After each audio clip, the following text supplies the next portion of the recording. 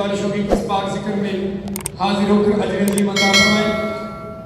نعرہ تکبیر، نعرہ رسالت، نعرہ حیدری۔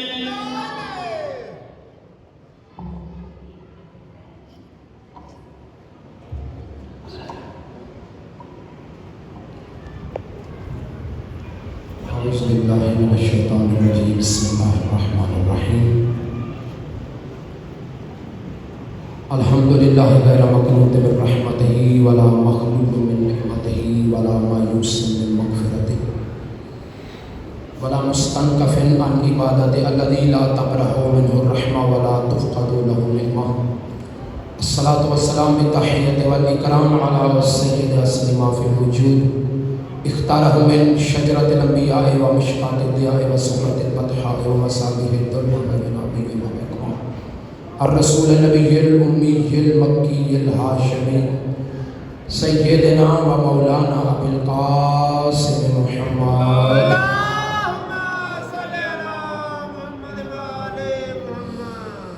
واللعنۃ علی اعدائہم ملعونین من الآن الی قیام یوم الدین۔ بسم اللہ الرحمن الرحیم۔ قل ان کان للرحمن ولد فانا اول العابدین۔ صلوات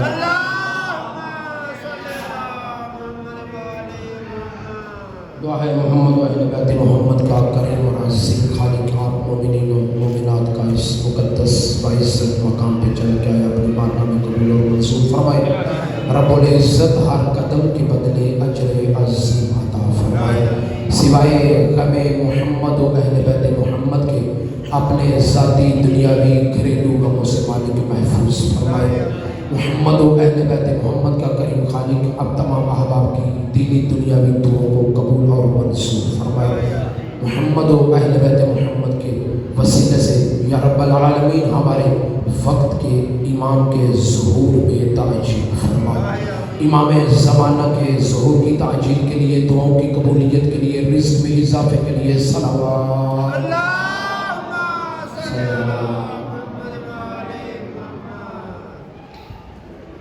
انتہائی مختصر گفتگو تبرکاً۔ لاکھ شکر ہے ذات واجب کا، معبود لم یزل کا، حقیقی پروردگار کا، جس رب العزت نے اس فنا ہونے والی دنیا میں ہمیں کامیاب زندگی گزارنے کے لیے اور آخرت کی نجات کے لیے علی جیسا امام عطا کیا۔ بہت مہربانی، رب العزت کا لاکھ شکر ہے کہ اس رب العزت نے ہمیں علی جیسا امام عطا کیا۔ رب العزت کا ہم پر احسان عظیم ہے کہ اس نے ہمیں انسان بنا کر اشرف المخلوقات کا تاج پہنا کر اس جہان میں بھیجا۔ اگلا احسان عظیم رب العزت نے ہمارے اوپر یہ کیا کہ انسان بنا کر اشرف المخلوقات کا تاج پہنا کر اس اپنے محبوب کا امتی بنایا، جس کا امتی بننے کے لیے انبیاء خواہش کرتے رہے۔ رب العزت کا احسان عظیم ہے، اس نے ہمیں انسان بنایا، انسان بنانے کے بعد اشرف المخلوقات بنایا ہے، اور اشرف المخلوقات بنانے کے بعد اس رسول کا امتی بنایا جس کا امتی ہونے کی خواہش انبیاء کرتے رہے۔ اگلا احسان عظیم رب العزت کا یہ ہے کہ اس رب العزت نے ہمیں عقل جیسی نعمت عطا کی۔ ورنہ آپ دیکھتے ہیں معاشرے میں ارد گرد کے کئی ہزاروں ایسے انسان ہیں جو دیوانے ہیں، جو پاگل ہیں، انہیں حلال حرام کی تمیز نہیں ہے، نجاست طہارت کی انہیں تمیز نہیں ہے۔ یہ بھی رب العزت کا احسان عظیم ہے کہ اس رب العزت نے ہمیں عقل جیسی نعمت عطا کی۔ اگلا احسان عظیم رب العزت کا یہ ہے کہ اس رب العزت نے انسان بنا کر اشرف المخلوقات کا تاج پہنا کر ہمیں عقل جیسی نعمت عطا کر کے محمد مصطفیٰ کا امتی بنانے کے بعد ہمارے دلوں میں علی اور علی کے 11 بیٹوں کی محبت رکھ دی۔ انسان ساری زندگی اپنا سر سجدے میں رکھ کے رب العزت کی نعمتوں کا شکر ادا کرتا رہے۔ رب العزت کی ساری نعمتوں کا یہی بڑا شکر ہے کہ اس نے ہمیں علی اور علی کے 11 بیٹے ہادی عطا کیے ہیں جو علم لدنی کے مالک بھی ہیں، جو ہمارے راہبر بھی ہیں، جو رہنما بھی ہیں۔ یہ رب العزت کا ہمارے اوپر احسان ہے۔ اگر علی کے فضائل اور معجزات کو ایک جگہ پہ جمع کر لیا جائے 1.25 لاکھ انبیاء بنتے ہیں، اور اگر 1.25 لاکھ انبیاء کے فضائل اور معجزات اور کمالات کو منتشر کر لیا جائے تو علی کی ذات بنتی ہے۔ اگر علی کی شخصیت قرآن اور کتاب کی شکل میں نازل ہوتی، اگر علی کتابی شکل میں آتا، قرآن بن کے آتا، اور اگر قرآن کسی انسانی شکل میں آتا تو علی بن کے آتا۔ یہ رسول کے فرمان کا ایک ترجمہ ہے جو رسول فرمایا کرتے تھے، وَمَنْ أَرَادَ أَنْ يَنْظُرَ إِلَىٰ آدَمَ فِي عِلْمِهِ وَإِلَىٰ نُوحٍ فِي فَهْمِهِ وَإِلَىٰ إِبْرَاهِيمَ فِي كُنَّتِهِ وَإِلَىٰ يُوسُفَ فِي كَمَالِهِ وَإِلَىٰ يُوسُفَ فِي جَمَالِهِ وَإِلَىٰ يَعْقُوبَ فِي صَبْرِهِ وَإِلَىٰ عِیسیٰ فِي زُهْدِهِ۔ اگر آدم کو اس کے علم میں دیکھنا چاہو، نوح کو اس کے فہم میں دیکھنا چاہو، ابراہیم کو اس کی کنت میں دیکھنا چاہو، یعقوب کو اس کے صبر میں دیکھنا چاہو، یوسف کو حسن و جمال میں دیکھنا چاہو، اور محمد کو اس کے کمال میں دیکھنا چاہو، تو کعبے کو دیکھو نہیں، قرآن کو دیکھو کہا نہیں، بلکہ نبی فرمانے فانی شانزور الی وجہ علی ابن ابی طالب، اسے چاہیے کہ علی کے چہرے کی زیارت کر لے۔ 1.25 لاکھ انبیاء کے کمالات جس ہستی میں ہو اسے علی کہتے ہیں۔ آدم سے لے کے خاتم تک 1.25 لاکھ انبیاء کے معجزات و کمالات کو علی کہتے ہیں۔ صلوات پڑھو محمد و اہل بیت محمد کے ساتھ۔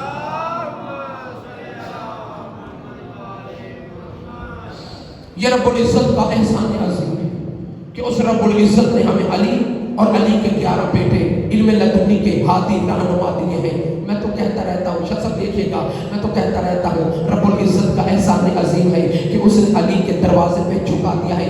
اگر علی اور علی کے 11 بیٹے علم لدنی کے رہبر رہنما اور ہمارے وارث نہ ہوتے، اللہ جانتا تھا کیسے کیسے بھکاری کے دروازے پہ ہمیں علم کی خیرات کی خاطر ہاتھ پھیلانے پڑتے۔ یہ اس ہستی کا احسان عظیم ہے کہ اس دروازے پہ جھکا دیا ہے۔ عزیزان اکرامی قدر، ہر امام نے اپنے زمانے کے تقاضے کے مطابق دین کی تبلیغ کی، اپنے زمانے کے مطابق۔ اگر علی امیر المومنین وفات رسول کے بعد 25 سال خاموش رہے تو دین کی خاطر، جس طرح رب العزت نے دین پہنچایا، مصطفیٰ نے ہم تک دین کو پہنچایا، اللہ نے دین بنایا، مصطفیٰ نے ہم تک پہنچایا، علی اور علی کے 11 بیٹوں نے اس دین کو بچایا۔ اللہ رب العزت نے دین بنایا، مصطفیٰ نے ہم تک پہنچایا، علی اور علی کے 11 بیٹوں نے اس دین کو بچایا۔ جس طرح اللہ نے دین بنانے میں کوئی کمی نہیں چھوڑی، اس طرح مصطفیٰ نے دین پہنچانے میں کوئی کمی نہیں چھوڑی۔